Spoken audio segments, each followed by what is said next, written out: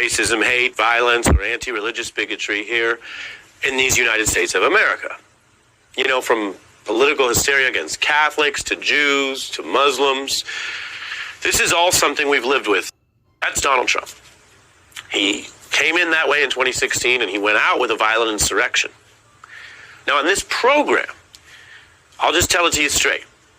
We try not to fall into a trap of mindlessly covering or amplifying every Trump utterance, including the outrageous ones, or the things he posts online, or what he's doing in his new campaign.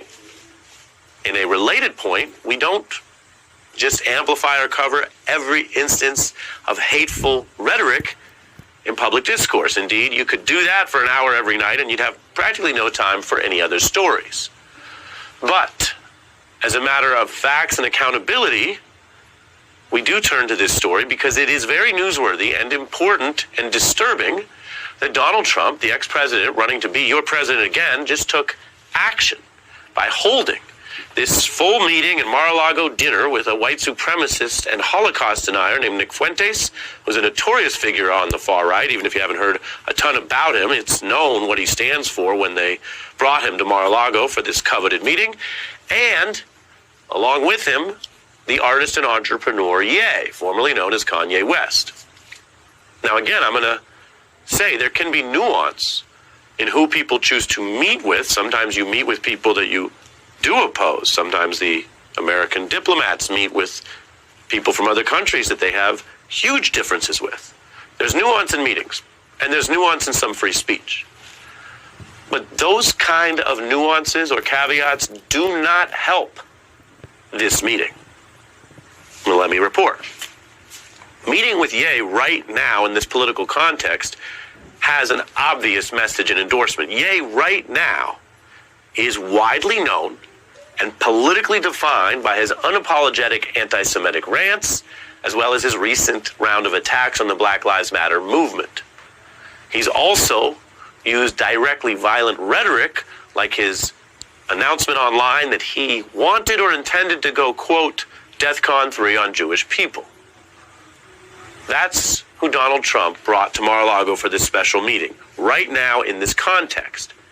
That's why it reads as an endorsement of that kind of hate, especially without any rebuke to that kind of hate. If you wanted to say, I am going to meet with this person, or I am going to do business with them for some reason, or I have a diplomatic or government reason, but here's what we stand against.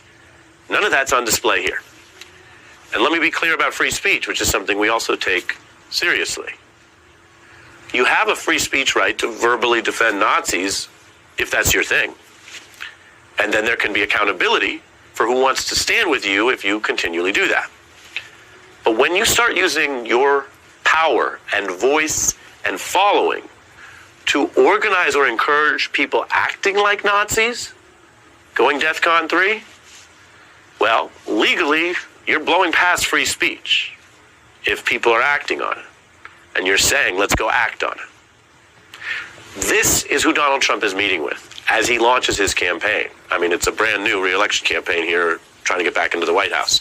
The meeting comes as Republican leaders eye a midterm electorate that rejected a lot of MAGA extremists. So politics is part of this. It's infused in this. And the politics are odd because Republicans would have an opening here, having seen the electorate go against them. And we showed you some of the Republicans who said, hey, people spoke against them in the midterms. They could go against this meeting to try to make an example out of what Donald Trump's doing. But here's what we're seeing. Trump seems taken with this Holocaust denier, according to one report. He said after the fact, trying to have it both ways, that he doesn't even know him, but he hasn't announced anything that Fuentes has said in public.